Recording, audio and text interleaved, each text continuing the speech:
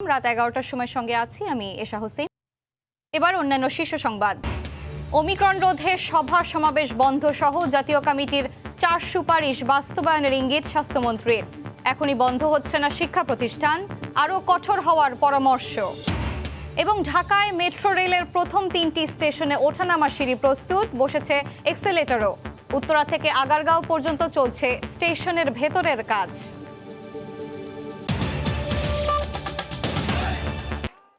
ভোটের দিন ঘনিয়ে আসার সঙ্গে সঙ্গে নারায়ণগঞ্জ শহর জুড়ে বাড়ছে সিটি নির্বাচনের উত্তাপ। প্রধান দুই প্রার্থীর পাল্টাপাল্টি অভিযোগে জমে উঠেছে নির্বাচনী মাঠ। নানা প্রতিশ্রুতি নিয়ে ছুটছেন ভোটারদের দ্বারে দ্বারে। ধ্রুব ব্যানার্জিকে সঙ্গে নিয়ে কামরুজ্জামান মামুনের রিপোর্ট। তৈমুর আলম খন্দকার, শামীম ওসমান, সেলিম ওসমান, দুই ভাইয়ের ক্যান্ডিডেট। দ্বন্দ্ব স্পষ্ট হলো কিনা জানি না, কিন্তু তৃণমূল পর্যায়ে নেতাকর্মীরা সকলেই আমার সাথে আছে। শামীম ওসমান মেয়রের আইবি যে দল করে ওই দলের এমপি, সে তাদের ভাই বোন সম্পর্ক। আমি তো সকলের সমর্থনে চাই। কে হবেন জনতার সেবক? নির্ভরযোগ্য নেতৃত্ব নির্বাচনে বিচক্ষণ ভোটাররা বলছেন কোনো দল নয়, প্রাধান্য দেবেন দূরদৃষ্টি সম্পন্ন ও নিবেদিত ব্যক্তিকে।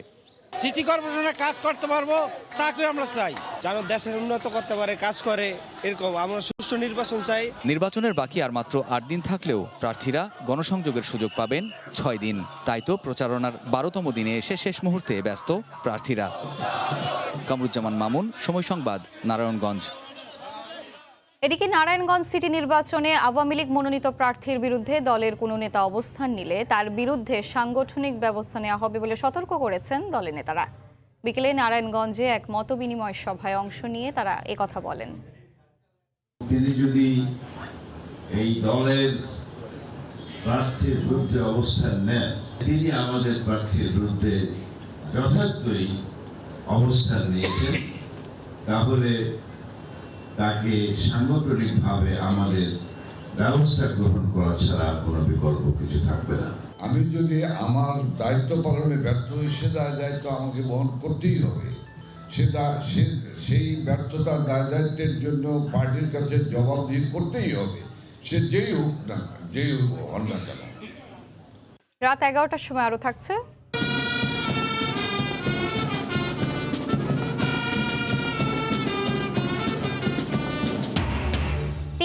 শুভেচ্ছা সফরে জাপানের 2টি যুদ্ধ জাহাজ এখন চট্টগ্রামে। দুই দেশের নৌবাহিনীর বন্ধুত্বপূর্ণ সম্পর্ক আরও দৃঢ় হওয়ার আশা। ওমিক্রনের বিস্তার ঠেকাতে সব ধরনের সভা সমাবেশ বন্ধ সহ জাতীয় কমিটির 4 দফা সুপারিশ বাস্তবায়নের ইঙ্গিত দিয়েছেন স্বাস্থ্যমন্ত্রী। তবে শিক্ষামন্ত্রী জানিয়েছেন এখনই বন্ধ হচ্ছে না শিক্ষা প্রতিষ্ঠান। আজ আলাদা অনুষ্ঠানে তারা এই কথা জানান। এদিকে দেশে নতুন করে আরও 1116 জনের দেহে করোনা শনাক্ত হয়েছে। আক্রান্তের হার বেড়ে 6% কাছাকাছি পৌঁছেছে। দেশে ক্রমেই বাড়ছে করোনার আক্রান্তের সংখ্যা, সঙ্গে যোগ হয়েছে ওমিক্রন আতঙ্ক।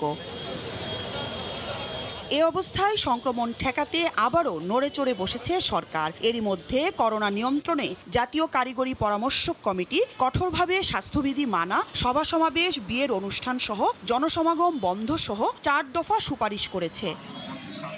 এমন বাস্তবতায় শনিবার দুপুরে মানিকগঞ্জে এক অনুষ্ঠানে স্বাস্থ্যমন্ত্রী জাহিদ মালেক ওমিক্রন রোধে কারিগরি পরামর্শক কমিটির সুপারিশ দ্রুত বাস্তবায়নের ইঙ্গিত দেন। মাস্ক পরতে হবে।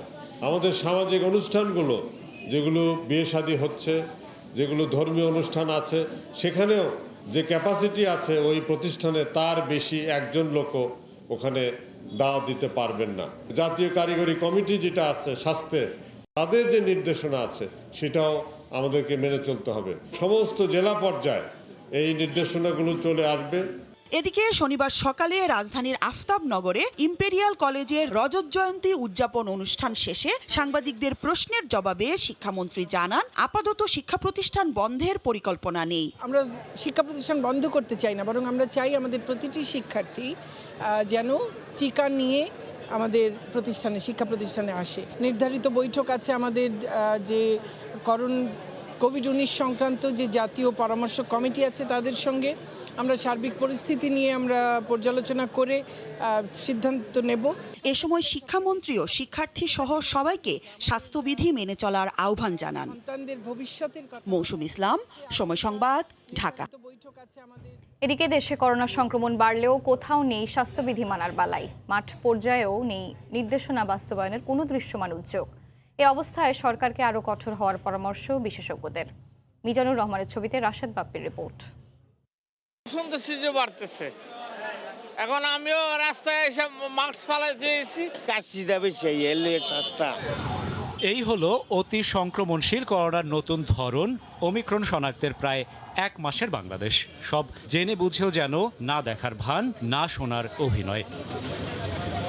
এখনো চালু রয়েছে নো মাস্ক নো সার্ভিস, অথচ গণপরিবহনের চিত্র বলছে কাজীর গরু কিতাবেই আছে, বাস্তবে গোয়াল শূন্য। আগে তো বাসে স্যানিটাইজার দিতেন যাত্রীদেরকে, এখন কেন দিচ্ছেন না? এবার আসা যাক মাছের বাজারে। হাজারো ক্রেতা বিক্রেতাও কম নয়, এদের মধ্যে অধিকাংশই আবার বয়োজ্যেষ্ঠ নাগরিক, অথচ সচেতনতার ছিটে ফোটাও খুঁজে পাওয়া দায়। ব্যক্তি সচেতন থাকতে এবং আইনেরও প্রয়োগ থাকতে হবে। তো এই মুহূর্তে ওমিক্রনের ব্যাপকভাবে বৃদ্ধি পাচ্ছে, স্কুল কলেজগুলো একটু বন্ধ দেওয়া দরকার। দীর্ঘদিন করোনা সংক্রমণের নিম্নগতি এবং একই সঙ্গে সরকারের ঢিলেঢালা ভাবই বর্তমান পরিস্থিতির জন্য দায়ী বলছেন বিশেষজ্ঞরা। নির্দেশনাগুলোকে ভাগ করে ফেলা দরকার, যেগুলো বিজ্ঞানের আলোকে মনে হচ্ছে আরো বেশি কঠোর হওয়া দরকার, সেগুলোকে আরো বেশি কঠোর রূপ দেওয়া দরকার। পরিস্থিতি সামাল দিতে বয়োজ্যেষ্ঠ নাগরিকদের দ্রুত টিকা দেওয়ার পাশাপাশি 2 থেকে 3 সপ্তাহের জন্য স্কুল কলেজ সহ জনসমাগম স্থল বন্ধ রাখার পরামর্শ বিশেষজ্ঞদের। এটি কারো অজানা নয় যে শুধুমাত্র ব্যক্তিগত সচেতনতা ও স্বাস্থ্যবিধি মেনে চলে এই অদৃশ্য জীবাণু রুখে দেয়া অসম্ভব কিছু নয়।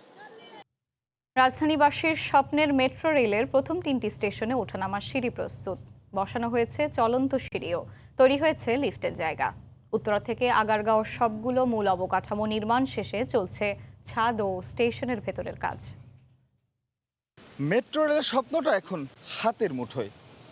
উত্তরার দিয়াবাড়ির 1 নম্বর স্টেশনের সিঁড়ি এমনই প্রস্তুত এসকেলেটার, ওপাশে লিফটও তৈরি।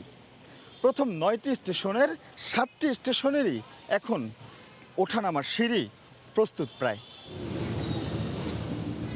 এরই মধ্যে উত্তরার প্রথম 3টি স্টেশনের দুপাশেই তৈরি হয়ে গেছে সিঁড়ি। প্রথম স্টেশনে বসেছে এসকেলেটর বা চলন্ত সিঁড়িও। এছাড়া পল্লবী, মিরপুর 11, 10, আগারগাঁও প্রতিটি স্টেশনেই সিঁড়ি প্রস্তুত। এক্সিট এন্ট্রিটের কাজগুলো আমরা শুরু করেছে এবং যেখানে যেখানে কাজ শেষ হয়ে যাচ্ছে, উপর থেকে যেখানে ধরেন যে এসকেলেটারে হয়তো 3টা ধাপে বা 4টা ধাপে উঠতে হবে, উপরের ধাপগুলোতে কিন্তু আমরা এসকেলেটার বসানোরও কাজ শুরু করে দিয়েছে এবং এসকেলেটার বসেও গিয়েছে। ডিসেম্বর থেকে প্রথম অংশ অর্থাৎ উত্তরা থেকে আগারগাঁও অংশের অগ্রগতি 90%-এর বেশি, আগারগাঁও থেকে মতিঝিলের অগ্রগতি 73.08 ভাগ, সার্বিক অগ্রগতি 74.04%। এই মুহূর্তে গুরুত্ব পাচ্ছে স্টেশনের ভেতরের কাজের অংশ। পরিপূর্ণভাবে সব শেষ করে আরেকটা কাজ করব এরকম পদ্ধতিতে আমরা অগ্রসর হচ্ছি না। আমরা অগ্রসর হচ্ছি যেখানে যেই কাজটা শেষ হয়ে গিয়েছে তার পরবর্তীতে যেই কাজটা শুরু হবে সেখানে যেন সেই কাজটা শুরু হয়ে যায়।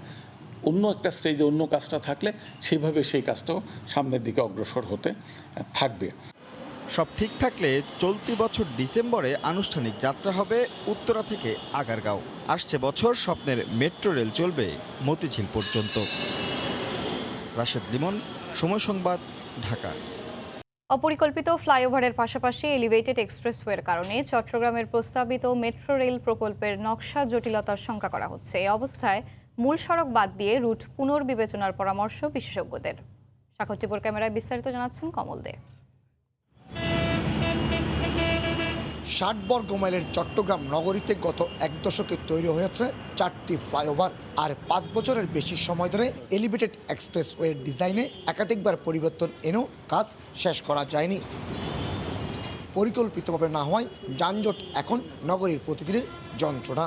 নগর পরিকল্পনাবিদ কিংবা বিশেষজ্ঞদের মতামত ছাড়াই এসব ফ্লাইওভার এবং এলিভেটেড এক্সপ্রেস হয় মূল সড়ককে বাদ দিয়েই ডিজাইন করতে হবে প্রস্তাবিত মেট্রো রেল প্রকল্পের। দ্রুত তার অ্যালাইনমেন্টটা ঠিক করে তার সাথে সাংঘর্ষিকতাকে এড়ানোর জন্য যদি কোথাও রিভিশন করতে হয় সেই রিভিশনটা আমাদেরকে করতে হবে। ফ্লাইওভারের কারণে স্থান সংকুচিত হয়ে পড়ায় মেট্রো রেলের প্রস্তাবিত রুট পুনরায় বিবেচনার কথা বলছেন নগর বিশেষজ্ঞরা। বিশেষজ্ঞদের মতে মিরেশ্বরে গড়ে ওঠা বঙ্গবন্ধু শিল্পনগরী হয়ে সাগর ঘেঁষে চট্টগ্রাম বিমানবন্দর পার্শ্ববর্তী কর্ণফুলী টানেলের একটি অংশ বিমানবন্দর থেকে রেল স্টেশন হয়ে জেলার হাটহাজারী ও কালুরঘাট ব্রিজকে অপর অংশের সাথে সংযুক্ত করার কোনো বিকল্প দেখছেন না। প্রথম থেকে মাথায় রেখে যদি ডিজাইন করা হতো এবং বাস্তবায়ন করা হতো তাহলে একই সাথে আমরা দুটো জিনিসই পেয়ে যেতাম। অপরিকল্পিত ফ্লাইওভারের পাশাপাশি এলিভেটেড এক্সপ্রেস ওয়ের কারণে মেট্রো রেলের সম্ভাবনা পুরোপুরি নষ্ট হয়ে যায়নি। এক্ষেত্রে নগর বিশেষজ্ঞরা বলছেন যথাযথ রুট বাছাই এবং নগরীর সৌন্দর্য অটুট রেখেই ডিজাইন করা গেলে তবে মেট্রো রেল পুরোপুরি কার্যকর হবে। কমল দে, সময় সংবাদ, চট্টগ্রাম।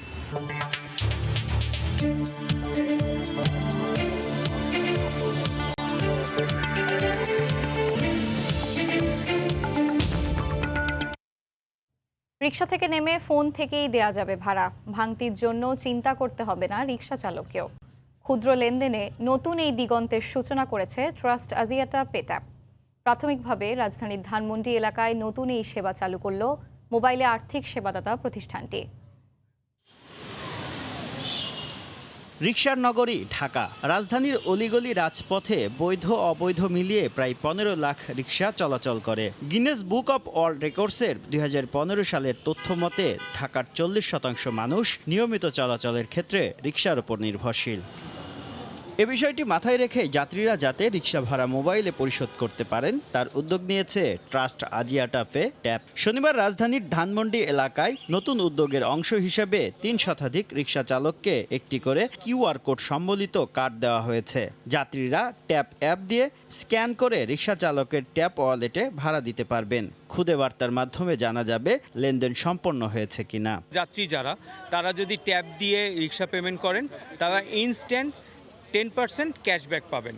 এই প্রক্রিয়ায় লেনদেনের জন্য যাত্রীদের স্মার্টফোন লাগবে, তবে রিকশা চালকদের একটি ফিচার ফোন থাকলেই চলবে। 100 টাকায় 10 টাকা বোনাস পাবেন রিকশা চালকরা। বিপরীতে ট্যাপ এজেন্ট থেকে ক্যাশ আউট করতে খরচ হবে 1 টাকা 80 পয়সা। পয়সা হিসাব নিকাশ করা লাগলো না, গ্যারেজে যে এজেন্টকে দিব টাকা তুলে নিতে পারলাম সারাদিন কাজ শেষে। নাগরিক জীবনের সকল স্তরে এমএফএস সেবা ছড়িয়ে দিতেই এই উদ্যোগ বলে জানালেন কর্মকর্তারা। রাত্রেবেলা যখন করে ওদের সেফটি থাকে না, এই সমস্ত জিনিসের জন্য আমার কাছে মনে হয় এটা তাদের জন্য একটা সেফটিও হবে। পরীক্ষামূলক কার্যক্রম শেষে শিগগিরই এই সেবা তৃণমূল পর্যায়ে নিয়ে যেতে চায় ট্রাস্ট আজিয়াটা পে। শুভ খান, সময় সংবাদ, ঢাকা। 3 দিনের শুভেচ্ছা সফরে চট্টগ্রাম বন্দরে এসে পৌঁছেছে জাপানের 2 যুদ্ধজাহাজ উরাগা ও হিরাটো। দুপুরে বন্দরে নোঙর করে জাহাজ দুটি। এ সফর দুদেশের মধ্যকার বন্ধুত্বপূর্ণ সম্পর্ক আরও দৃঢ় করতে একটি গুরুত্বপূর্ণ ভূমিকা রাখবে বলে আশা সংশ্লিষ্টদের।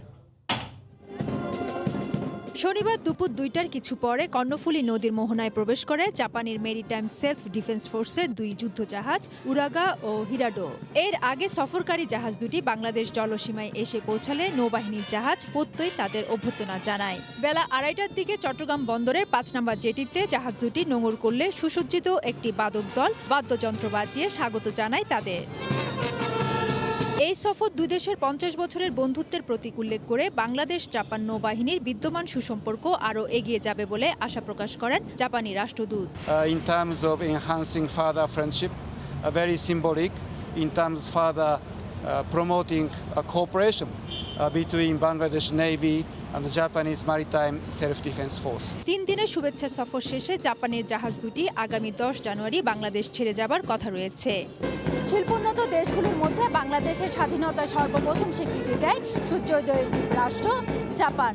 বাংলাদেশের সুবর্ণ জয়ন্তী পালনের উদযাপনের বছরে এই বন্ধুপ্রতিম রাষ্ট্রের 2 জাহাজ বাংলাদেশ সফরে সেই সম্পর্ককে আরও উন্নত করবে এমন প্রত্যাশা সংশ্লিষ্টদের।